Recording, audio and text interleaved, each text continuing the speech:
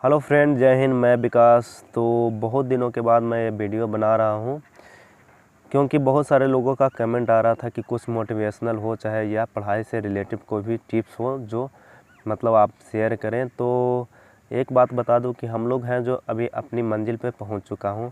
अभी हम लोग बीपीए में पहुंचे हुए हैं और हमारी ट्रेनिंग है जो स्टार्ट हो चुकी है। ट्रेनिंग थोड़ा सा टफ़ है। अभी मतलब हम लोग को लगभग 16 या 17 घंटे बिजी रखा जा रहा है 2-3 दिन से, क्योंकि 11 तारीख से ही हम लोग को ट्रेनिंग स्टार्ट हुआ है। जो काउंटिंग होता है डे का वो तो 11 तारीख से ही शुरुआत हुआ है। तो अभी 2 दिन हुआ है जिसमें हम लोग को क्लासेस भी चल रही है और जो आउटडोर होते हैं वो भी चल रही है। तो इसमें थोड़ी सी परेशानी हो रही है क्योंकि फिजिकल जो हम लोग का है वह बहुत ही ज़्यादा टफ़ है। जो आउटडोर होते हैं वो थोड़ा सा टफ़ है। आप अगर फिजिकल जब आपका मेंस का रिज़ल्ट होगा तो आप दौड़िएगा तब पता चल जाएगा कि मतलब कितना टफ़ है। उससे कहीं गुना ज़्यादा यहाँ पे कराया जा रहा है और साथ में हालत देखकर समझ में आ रहा होगा कि क्या हालत कर दी है लोगों ने। यहाँ पे किस तरह से लोग बताते हैं कि ट्रेनिंग टाइम होता है जो लाइफ का गोल्डन टाइम होता है, लेकिन देखते हैं आगे क्या मज़ा आता है। शायद होगा, अभी तो ऐसा नहीं लग रहा है कुछ कि मतलब ट्रेनिंग टाइम है जो गोल्डन टाइम है। मुझे क्या किसी का भी नहीं लग रहा है कि ट्रेनिंग करें हम लोग, लेकिन देखते हैं थोड़े थोड़े मतलब एडजस्ट होते हैं। तो अब आप लोग को जो मेंस का एग्ज़ाम है उसके बारे में कुछ बात कर ले, क्योंकि मेंस ही आप लोग को ज़्यादा इम्पोर्टेंट है। क्योंकि हम लोग हैं जो अपनी मंजिल तक पहुंच चुके हैं।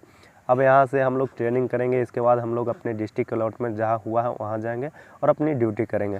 अब बात है आप लोग की जो मेंस है उसके बाद आप यहाँ पे पहुँचें, क्योंकि हम लोग जब यहाँ से पास आउट होंगे तभी आप लोग को यहाँ पे आना है। तो हम लोग ज़रूर स्वागत में ज़रूर रहेंगे और निश्चित ही अगर आप मेहनत करते हैं और ऊपर वाले का थोड़ा सा भी कृपा होगा तो ज़रूर यहाँ आप पहुँच पाएंगे।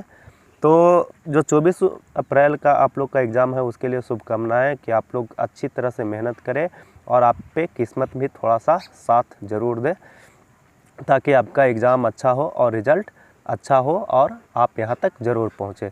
तो बहुत सारे लोगों का जो कमेंट था अथी से पढ़ाई से रिलेटिव, तो उसके बारे में मैं बात कर दूं कि अब जो आपको पढ़ना था वो आप अच्छी तरह से पढ़ चुके हैं। कोई भी बुक हो, चाहे आप कुछ भी बुक पढ़े हों, उसको आपसे कम से कम 2 से 3 बार तो ज़रूर पढ़ चुके होंगे।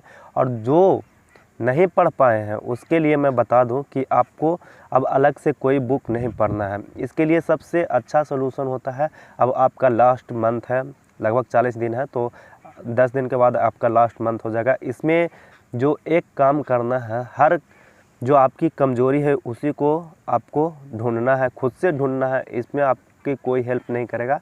आपकी क्या कमज़ोरी है वो आपको खुद से ढूंढना है और उसी को सुधारना है, क्योंकि आपने अपनी कमज़ोरी को सुधार लिए तभी आपका रिज़ल्ट होगा, नहीं तो आपका रिज़ल्ट नहीं होगा।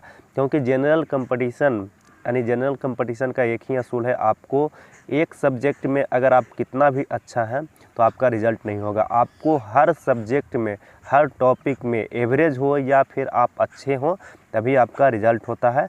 तो उसी तरह से आप अपनी कमज़ोरियों को ढूंढिए, क्योंकि कहाँ कहाँ पे क्या आपकी कमज़ोरी है वो आप ढूंढिए खुद से और उसको अच्छे से कवर करिए। इसके लिए ही मैं ये वीडियो बना रहा हूँ कि आप अपनी कमज़ोरी को किस तरह से ढूंढेंगे और किस तरह से इसका सलूशन निकालेंगे।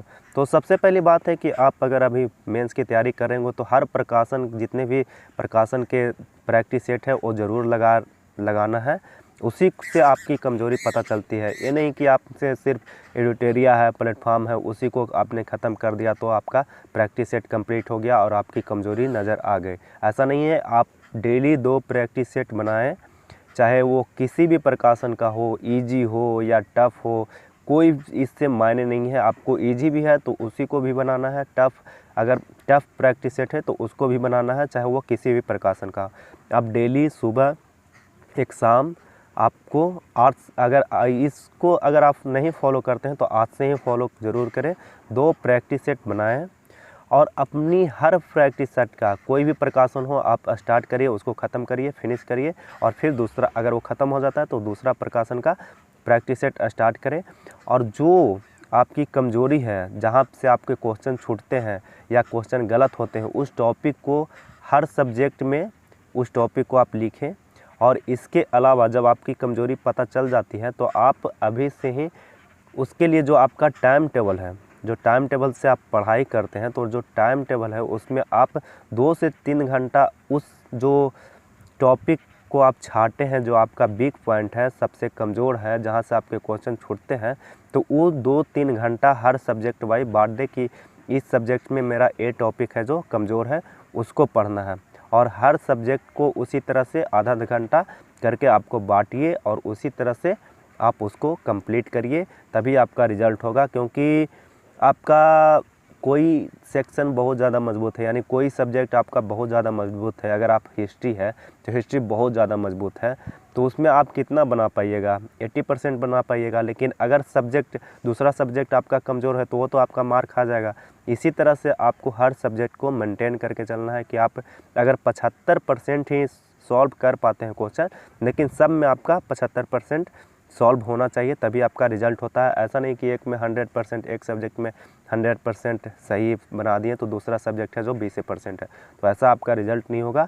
आपको पूरा सब्जेक्ट को एक एवरेज के हिसाब से लेके चलना है, और ये हर सब्जेक्ट में आपका काम देगा, चाहे वो मैथ हो, रीजनिंग है, हर चीज़ में। मतलब कमेंट आया था कि मैथ रीजनिंग को कैसे सॉल्यूशन करें, तो आपने मैथ और रीजनिंग जीके जी सब कंप्लीट कर चुके हैं।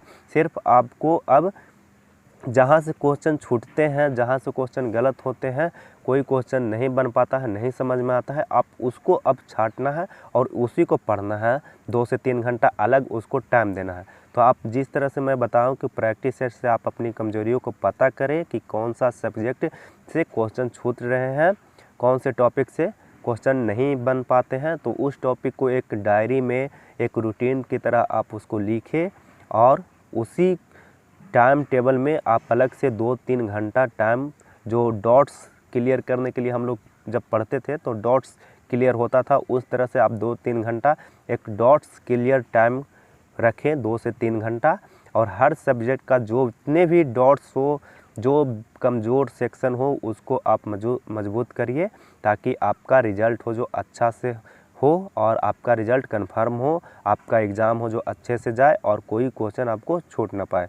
तो ऐसा एक थोड़ा सा टॉपिक जो आपके लिए बहुत ही फ़ायदेमंद होगा अगर आप इसको फॉलो करते हैं तो अगर आपको ये वीडियो पसंद आया तो वीडियो को ज़रूर लाइक करिएगा, और अभी तक मेरे चैनल को सब्सक्राइब नहीं किया तो चैनल को ज़रूर सब्सक्राइब कर लीजिएगा। धन्यवाद।